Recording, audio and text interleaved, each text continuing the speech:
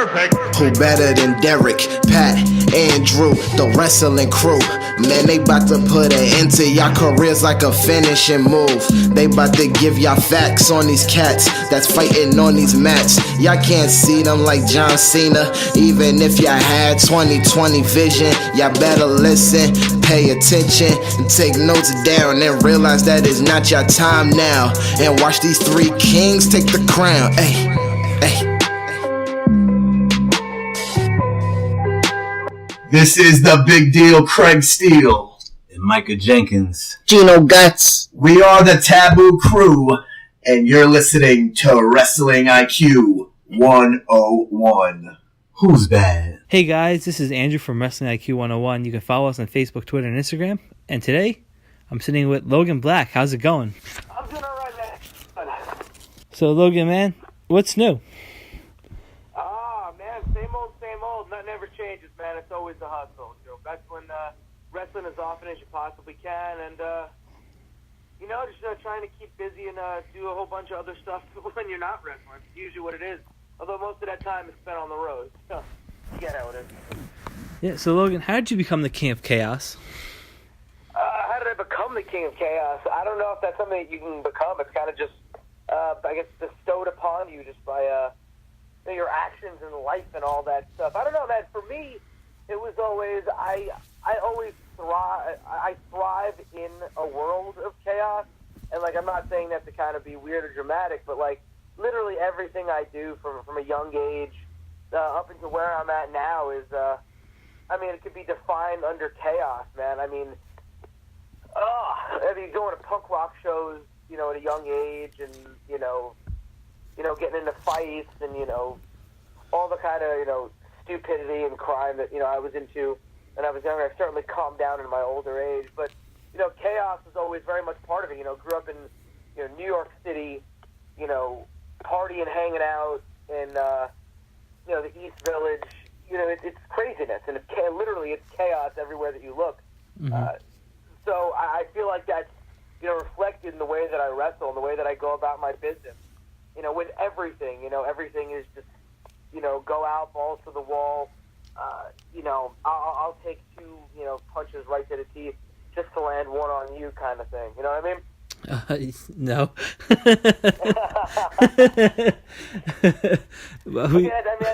That's kind of in my credo, I guess, going through life is just, willing to take as much damage as possible. Yeah. As long as I'm able to set it out, Yeah, we here at Wrestling IQ 101, we let you guys do the punching and we'll just talk about it. Fantastic. So, how old were you when you fell in love with professional wrestling? To be totally honest with you, I was a wrestling fan as far back as I can remember. I've got essays and journal entries from school when I was 8, 9 years old, where I'd write about being a professional wrestler. Not even just being a fan, but I'm going to be a professional wrestler. Mm-hmm. I remember I've got pictures on my Instagram that anybody listening can check out of me as I had to have been 4 or 5, maybe even younger. A picture of me with Ric Flair. Oh, wow. Prior to a match that he had in, I believe it was Baltimore, where it happened. Going to wrestling shows as far back as I can remember. My uncle was a sports producer at NBC out in D.C., mm-hmm. so he was in during the 80s with all the NWA guys, the Horsemen and Magnum and Dusty. He was legit in with those guys and would go to parties with them. So, I grew up, all of my uncles were wrestling fans. My father was a wrestling fan. My mother was a wrestling fan. So it was around me my entire life. So I can't think back to any point where I was not a fan of wrestling. Wow, that's crazy. So, how did you decide to break into the wrestling business? Like I said, I was always a fan of it, and I wanted to do it from a very young age. And, just about everybody else, I did the backyard wrestling thing when I was in junior high. And, it gets to a point where you can't really be doing that anymore. You've got to actually go the correct route if you actually want to be legit about this. So I made the decision in high school that I was definitely going to do this. I worked a job every single summer from the time I was 13 until I started wrestling at 19, saving up money in order to pay for wrestling school because, I was aware that it was not going to be cheap. And at 19, 1 year into college, I went over to Gleason's gym, met up with Johnny Rods, and let him talk me into paying him money to get my ass kicked over there. And, that's, at this point, 11 years ago, and the rest is history. Yeah, so what has changed in 11 years in professional wrestling that you've noticed? Everything. Literally everything, man. I talk about this all the time with my students. So I train students at the Warriors of Wrestling Training Center. And I talk to them all the time about it because a lot of them weren't even wrestling fans 11 years ago to necessarily know the major differences. But I think now is the best time in the history of the business for anybody who is incredibly passionate about this to be involved. Going back 11 years, 2006, think about what was on top. Think about what was being pushed on TV. Literally everybody was just, 6'2" and above, over 230 pounds of just straight muscle. And that it was that era. Earlier than that, it was, even bigger. Now, guys are getting signed to NXT who are not built like that. You have an entire TV show dedicated to guys who are under 205 pounds. That's the biggest change that I think that I've seen is that a lot of, wrestling and wrestlers have become a lot smaller. And I'm not saying that in any negative way at all, but it's just the business has changed where the in-ring product is so over-scrutinized right now that you cannot get away with being like a big hulking guy who just, throws tackles at people and does that opening lock-up, shove a guy spot pose with your biceps. That age is done. Now you have to be good. And you don't have a choice, or else, you're working for a hot dog and handshake, every weekend, and who the hell wants to be doing that? That's the biggest difference that I see. And to break it down even more, the independents have changed greatly, especially in the Northeast, New York, New Jersey. When we broke in, there was a lot of really ridiculous carny wrestling, and again, because all the guys on TV were all big gassed up dudes, everybody was either trying to emulate that or were completely giving up, and you had dudes who looked like they delivered your mail. Now, I think, especially in better promotions, you have actual athletes in that ring who are capable of doing incredible things.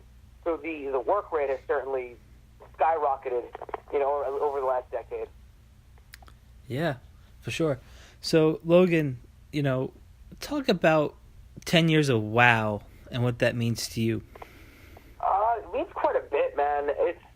Warriors was created out of a bunch of people who just wanted to be not only different, but wanted to kind of, put their foot in the ass of the status quo of what was going on at the time and kind of say, screw you to the people who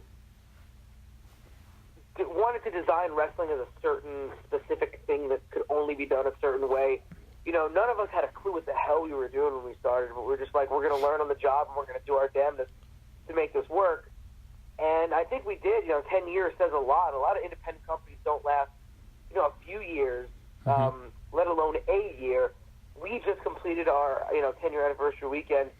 So I think at this point, while the goals and the purpose and everything else has, changed greatly, I think, the core aesthetic of work hard, don't be a jerk, and, be working for the common good of the company still stands, 10 years later. Yeah, a lot of places don't even make it a couple of years or even a year, like you said. But so, talking about a new startup, you performed on the first show of day one for Synergy against Matt Tremont. How was it stepping in the ring with somebody like him? To be completely honest with you, Matt Tremont had been, for the longest time, one of my dream opponents.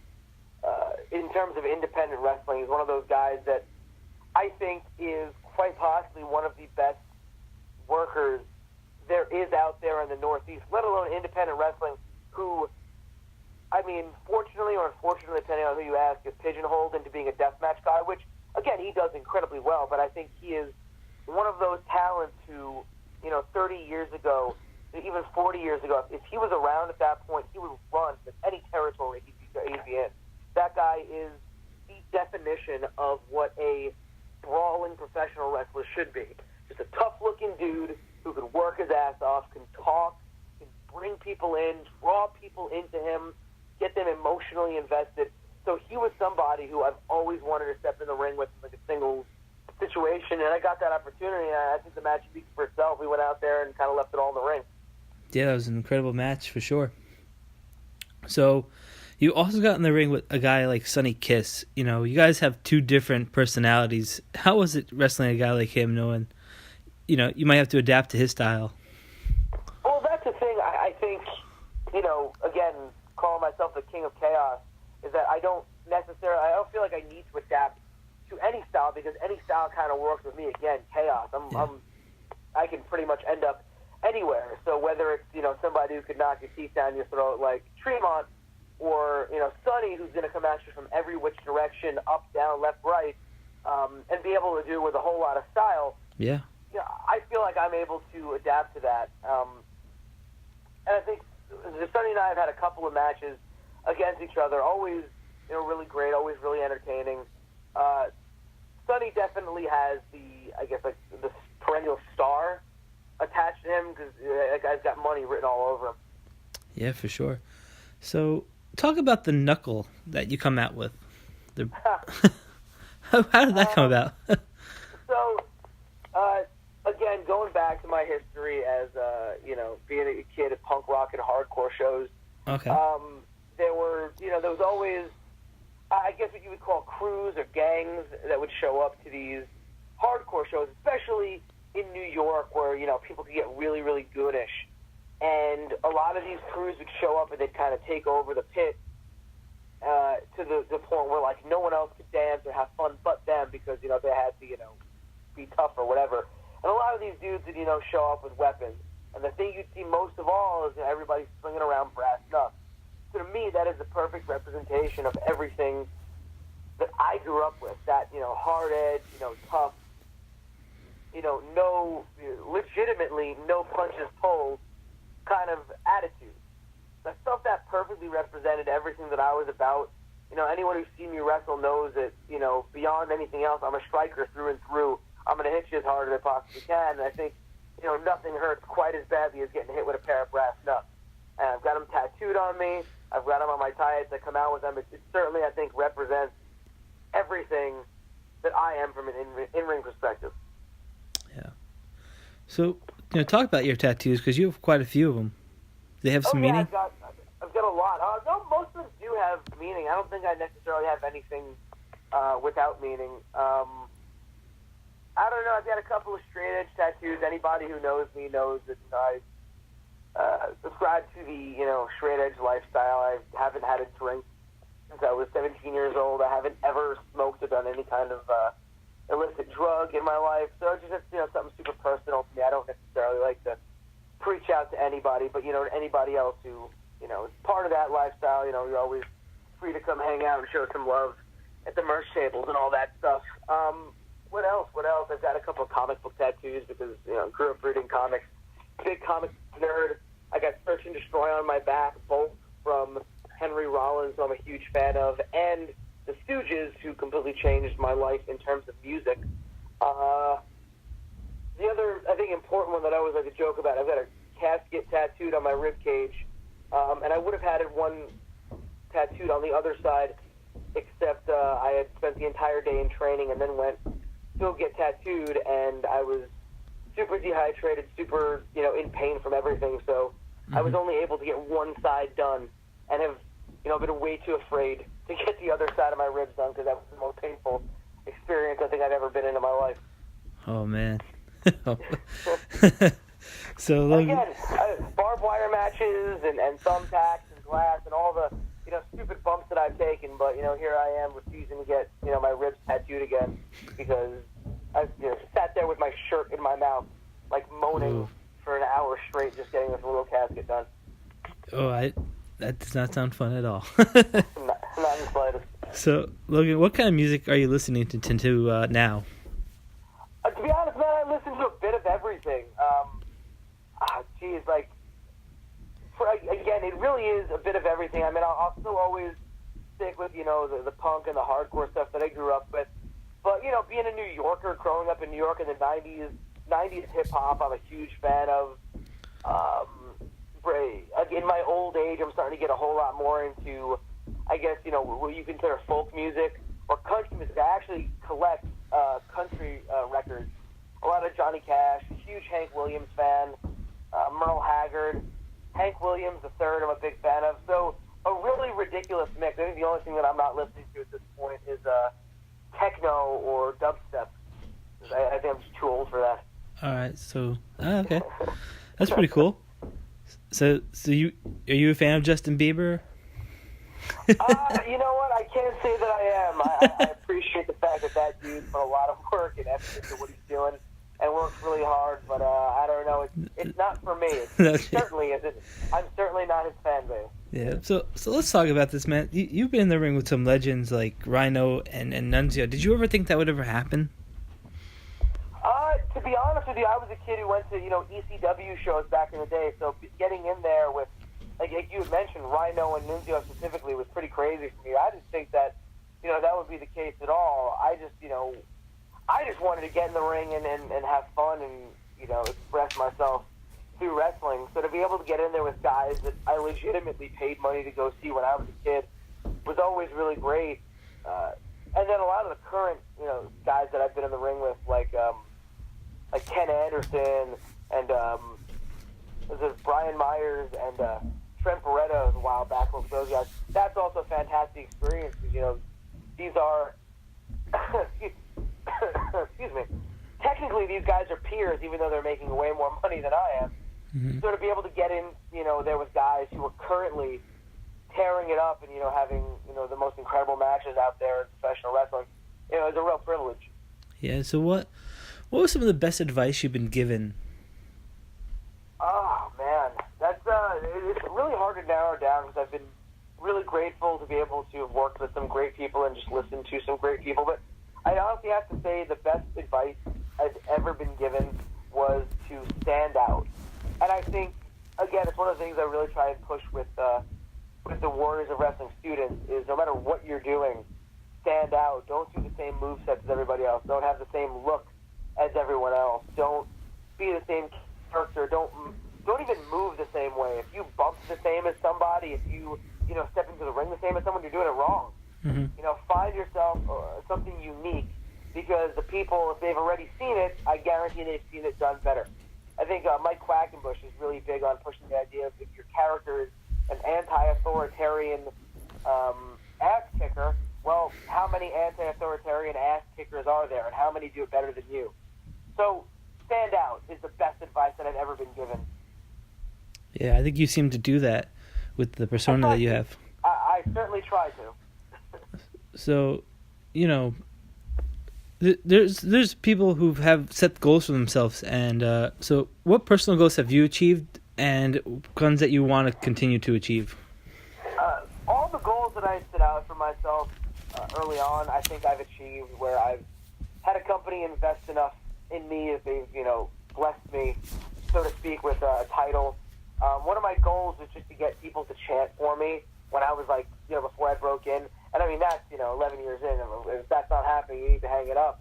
Mm-hmm. So I think I've achieved all the smaller goals of just, being able to work against some of my, the people that I've idolized and, be able to travel on somebody else's dime. That was always a huge goal of mine. The big goals now, the things that I'm working towards in 2018 is the overseas stuff. I need to get myself over to the UK, which I'm working on. Need to get myself over to Japan and Mexico, which, two places I'm working on as well. So starting to pick up the pace in terms of getting myself, places outside of the United States where I really think that I'll be able to, grow as a performer and learn as well. So you've been in the ring with some men and women. Is there a difference? A difference how? Are you talking about a difference in terms of how I have to conduct myself or a difference in terms of how I approach a match? Both, actually. So, I personally, I don't take myself, or take my approach to anything any different. I think, men are just as capable as women, and women are just as capable as men, in terms of doing absolutely anything. So, when I step in the ring with a female opponent, I know that odds are they're probably going to have a speed advantage because I'm not the smallest guy out there. Whereas I think with a lot of my male opponents, I can get in there and kind of swing for the fences and not feel so bad about it. You know what I mean? Although at the same time, again, I've been in the ring with Nikki Adams, who is about as tough as it gets. And if you want to throw the heat with her, she'll throw it right back. Been in there with Skylar out of New England, who is tough as nails as well. So I mean, to be completely honest, there really isn't that much of a difference outside of just understanding what you're getting out of your opponent. I've had Mia Yim power bombing. So again, we're talking about strength, not strength. It really is very similar. You just have to go about it like you would any other match, understanding who your opponent is. Yeah, and I mean, you've been in there with Jesse Brooks and the Clockwork Angel Catred. So I mean, you've been in there with some big names, for sure. Oh, absolutely. And women that are making a way for themselves. So which I think again, we're all mentioning a ton of really really talented women. So yeah, absolutely. I think that's super important. They are making a name for themselves, based on the fact that they are insanely talented. Yeah, and one of those feuds that I got to watch doing this research on you is that you got in the ring with Mike Orlando a couple of times. How was it wrestling a guy like him in different matchups? I tell you what, man, I can't speak highly enough of Mike Orlando. He's one of those guys who, he calls himself the elite athlete, and the truth is that is a dude who can come across and do absolutely anything. You want to have him go in there with me and go toe to toe and just go swinging. He's swinging for the fences. You put him in there with somebody looking to do lucha, he's going to do flips and rolls and all that craziness. You want to take it to the mat and tie somebody up like a pretzel, he could do it. So Orlando is one of those guys who it's hard to prepare for a match with him because you don't know what style he's going to employ in that match. But holy smokes, is that guy just super talented. So yeah, I mean, I've been in the ring with him multiple times. We've done a lot of things. Usually, in most cases, it divulges into me and him just beating the ever-loving piss out of each other. Yeah, sure. All over the arena. So, I mean, he's certainly, in my opinion, an incredibly worthy opponent. And I'm sure you've had plenty of other people on here as well who said the same thing about Mike. Yeah, we even had Mike too. He's an incredible dude. He's a man. So, what were some of the favorite matches that you've had, that kind of stick out, or favorite opponents? Oh, man. Favorite opponents. I'm just going to go down a list of people and try and put them over best I can. Jason Karloff, former Wars Wrestling Heavyweight Champion, will always be on the top of my list as somebody who I love working with. The Brooklyn Bulldog, Tony Booz, Warriors of Wrestling student who's starting to really, build his name within the company and elsewhere. As you mentioned, Orlando. It's also great to get in there with Nikki Adams, Jeff Cannonball, Yeah. Matt Tremont. Beauty and the Beast, Rob Matters, Stevie Fierce out of Chicago. Those guys are spectacular. I don't know. I know that you're based out in the Northeast like me, but any of your listeners, check out Freelance Wrestling. There are some incredible guys out of that place. Geez, off the top of my head, just still trying to put anything together. Wow. Tons of talent out of New England. I could sit here all day and just throw names at you, but, in the interest of time, I'm sure you'd much rather me keep it concise. So, Logan, was there a difficulty going from being a tag team to a singles wrestler? You know what? There's definitely a difference, but I don't think there's any kind of difficulty. I think the big thing for me that made the difference was really understanding what your wind is, and by that being understand how much cardio you've got in the ring, and understanding how you can handle it. Because in a singles wrestler, there's no time to rest. You tag in, you tag out. In a tag match, and you can take a breather. You got no time to rest. It's one of the things that I like to think that I focus a ton on is my cardio. Mm-hmm. Be able to keep that going. Tag wrestling is something that I think is a true art form, and I honestly love and respect it. But again, very, very, very different. Although not, I'm trying to put this better, I think it's very different, but certainly not easier nor harder than being. Oh wow. Okay, that's pretty cool, man. Yeah, because some people that are single wrestlers, they'll be like, they want the spotlight on themselves, but it's kind of cool when you get to share that, light too with 3 other people. Yeah, no, as been documented, I've had a tag partner who felt the same way for a while, but he's certainly right now in quite a bit of trouble. So Yeah. there's not a lot of spotlight going on over there right now. Yeah. So, when you talk about, Warriors of Wrestling and securing the future of it as a trainer, what are the things that you look for, in a student, besides just being like, here, give me your money and I'll train you? Willingness to learn, I think, is the most important thing. If you anybody can sign up for, wrestling school, anybody can want to be a wrestler, but having someone who genuinely wants to learn the craft and wants to, really be a part of the culture that is pro wrestling is somebody that I can appreciate as a student. We got quite a few of those at Warriors, and to me, that's the most important thing. If I have somebody who shows up and just kind of wants to be the absolute best that they can be and just wants to unlock all their potential, that makes my job easy. Someone who is willing to think outside the box, somebody who can find themselves in a place where they're not always comfortable. They're challenging themselves. They want to grow. That's the best thing you could ask for in any student. And those are the ones, to be totally honest, at any school that are going to grow the most. I mean, MJF has only been wrestling, for like 2 years now? Yeah. That guy has challenged himself in every which way and has grown because of it. Barrett Bronson, another one, only wrestling a few years, but because that guy never stays in his comfort zone and always is venturing outward. That's why he grows. That's why he's as good as he is. Yeah, he was another guy on my list. I mean, he's pretty new to the game. How was it wrestling him? That guy is one of the stiffest sons of bitches ever stepped in a ring with.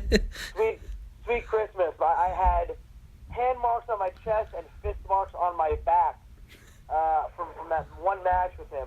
But to be fair, he also had his entire hand was swollen and bruised off chopping my chest. Wow. So, we beat the piss out of each other. That's another, again, I got to put that guy over. That's another favorite match of mine. Yeah, I'm excited. Really talented dude. I'm excited to see him and Beefcake Charlie because now they're teaming up and seeing what they're doing for sure. Yeah, I mean, I'm a huge fan of all Japan wrestling from the 80s and early 90s, and those guys are so derivative of just the two hosses who get in and beat the piss out of people. Love that kind of thing. So I'm really excited to see where they go. Yeah. So Logan, you've been around. You've worked for a lot of different places. What were some of your favorite companies to work for outside of WoW? Outside of Warriors, I gotta say, I'll always give credit to both Pioneer Valley Pro and Blitzkrieg Pro. Okay. Out in New England, companies that I'm a regular at for both companies, and there's a great locker room atmosphere and a great atmosphere with the fans. The fans show up because they love wrestling, and some of the matches. I mean, I really genuinely think Blitzkrieg Pro does not get enough credit in terms of how exceptional some of their main events are. But this is the place that had Donovan Dijak versus Cody Rhodes tear the house down. Dijak versus just about everybody when he was still. Ethan Page worked Dijak in a fucking hell of a match. Blitzkrieg, I always speak up freelance out of Chicago. I've been there quite a few times. They're a ton of fun. I think Synergy's got a lot of potential upcoming, even though I was only on that first show. It's just a lot of really great spots in the Northeast, and then elsewhere, of course. But those to me stick out. Like I said, PvP, Blitzkrieg, Synergy's got a lot of potential, but those are the ones that always stick out to me. Yeah. So Logan, in closing, where can people find you on social media if they want to connect with you? So if you want to connect with me, on my fan pages and social media pages like that, I make sure to get in touch or rather answer every fan that writes me. So by all means, reach out. You can catch me on Facebook, Twitter, and Instagram, all under King of Chaos NYC. Cool, man. Awesome. And for us, we're Wrestling IQ 101. You can follow us on Facebook and Twitter and Instagram at Wrestling IQ 101. And Logan, thanks again for taking out the time and talking with us and giving an insight of professional wrestling. Thank you very much. Thank you for having me.